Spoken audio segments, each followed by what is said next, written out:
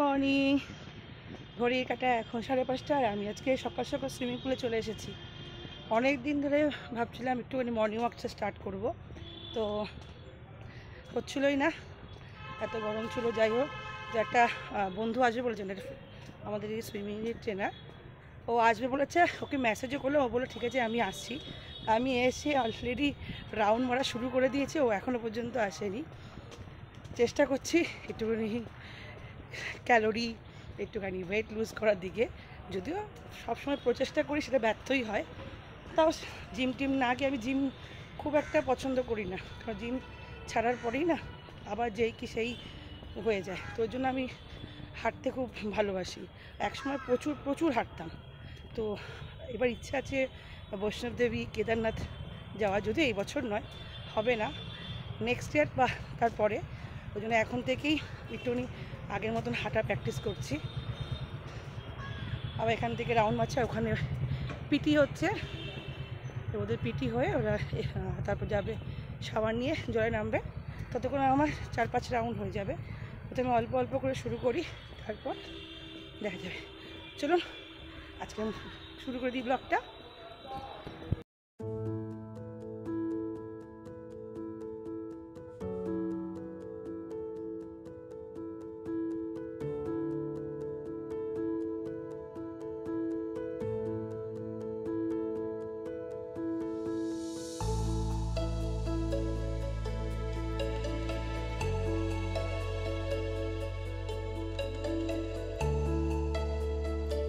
লেটু, কোন সকালে কখন আসবি বলেছিলিস? 10 মিনিট। হ্যাঁ হ্যাঁ লেটু, আমি তোকে এই যে আমার এখান থেকে পার্টনার, প্রতিদিন মর্নিং ওয়াকে আসবে। আর দৌড়ো ভাই, একদিনে পড়লে পুরো অক্কা মেরে ঢক্কাবে। এই আকাশটা কি দারুণ লাগছে। পুজো দেরি আছে, পরে একটু এক্সারসাইজ করে আরও দিও না। তো সুইমিং থেকে এসে গেছি বাড়িতে, আর বাড়িতে এসে চাটা খাওয়া হয়ে গেছে। আর এখন আমার হাউস হেল্পার যিনি আছেন, তিনি এখন আসছেন না কদিন, মানে কালকে আসেনি, তার আগে একদিন এসে, তার আগে একদিন আসেনি। তো জানি না আজকে আসবে কিনা, ওর জন্য আমার তো ক্লাস আছে 12টা দেখে। তো ভরসা না করে এখন হাতে নিয়ে নিয়েছি ভ্যাকুম ক্লিনার। এটা করে তারপর যা কাজ করা করব। আর যে হ্যাপি সিম্বা আর ওখানে মেয়ে রয়েছে কিছু ব্রেকফাস্ট বানানোর জন্য। চলো এখন ভ্যাকুমটা করে নিই, তারপর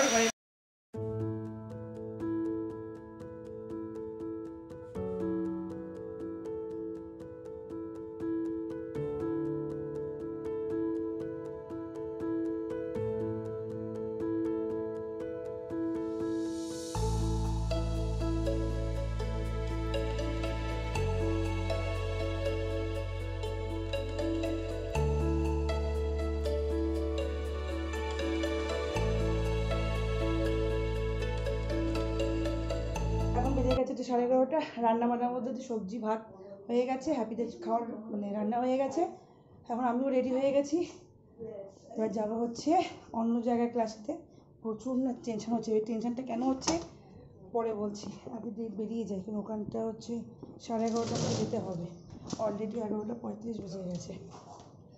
চলো যাই, ওখানে গিয়ে কথা বলবো। আমার মেয়ে আমাকে টর্চার করছে, হেসে হেসে টর্চার করছে, এসে টর্চার। যা হেলমেট নিতেই ভুলে যাচ্ছি। ব্যাস, তারপর তুই সার্জন ধরে আমাকে কেসটা করে দিয়েছে। সকাল থেকে শুধু দৌড়ঝাঁপই হচ্ছে। চলো ওখানে গিয়ে তারপর ক্যামেরাটা অন করছি। রান্নাবান্না তো অর্ধেক হয়েই গেছে, এসে তারপর বাদ বাকিটা করবো। চলো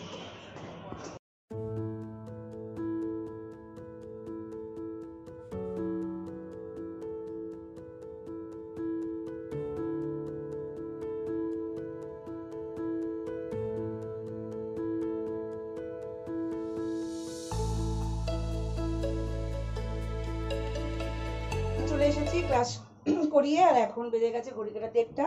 এখান দিয়ে সিম্বাকে খাবার দিয়ে দিয়েছি। সিম্বা ঠিক এখন না খেতে চাইছে না, মনে হচ্ছে পেটের মধ্যে কৃমি হয়েছে। আর এখন বানাবো হচ্ছে মাছের ডিমের বড়া। ওর জন্য এদিকে তেল চড়িয়ে দিচ্ছি, ডিমের বড়াটা হয়ে গেলে এখন আমরা লাঞ্চ করে নেবো। আর হাউস হেল্পার আমার এখন 2 দিন ধরে আসছে না, এর জন্য বেশি আরও প্রবলেম হয়ে যাচ্ছে। যারা যারা না ঘরে বাইরে কাজ করে না, বিশেষ করে ঘরের বাইরে, তো তাদের জন্য না মানে যদি হাউস হেল্পার যদি একদিনের জন্য কামাই করে না, প্রচণ্ড টেনশন হয়ে যায়। কারণ বাইরের কাজ দেখতে হয়, ঘরের কাজ দেখতে হয়, পুরো না মানে হিমশিম খাওয়া হয়ে যায়। যাই হোক, আজকে তো বৃহস্পতিবার, মানে টুকিনাকি মানে ঘর দুয়ার পরিষ্কার আমি করে নিয়েছি। তো আজকে তো বৃহস্পতিবার, ঘর এমনি পোছাপুছি কিছু করিনি, ভ্যাকুম করে রেখে দিয়েছি। এখনও কাপড় জামা ওয়াশিং মেশিন কিছু চালানো হয়নি। 1:30 বাজে, কখন করবো? এদিকে বিকেল আবার ক্লাস আছে, পাচ্ছি না। যাই হোক, ডিমের বড়াটা করে নিই, করে ধরে তারপর খাওয়া দাওয়া আগে করে নিই, তারপর সব কাজ করবো। আগে না খাওয়ার খেলে না হবে না, সকাল থেকে সেরকম কিছু খাইনি। চলো, তেল গরম হয়ে গেছে, করে নিই। তো ঘড়ির সময় হয়ে গেছে 4:30, এখন আমি বেরিয়ে যাবো। গলাটা একটু বসে গেছে, তাদেরকে একটুখানি গরম জল খেয়ে যাই, কারণ এরপর তো আবার চিল্লানো শুরু হয়ে যাবে।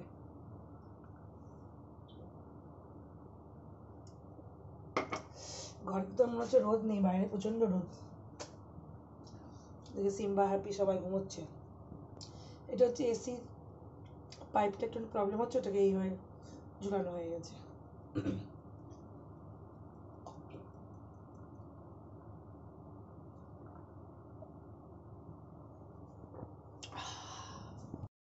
তো বাড়ি চলে এসেছি, আর এখন 8:30 কাছাকাছি বেজে গেছে।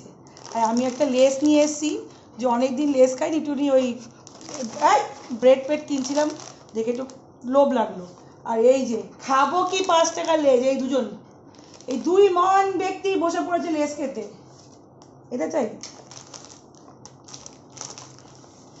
দেখুন শুধু এদের কীর্তিকলাপটা দেখুন। হ্যাপি হ্যাপি, এই যে নো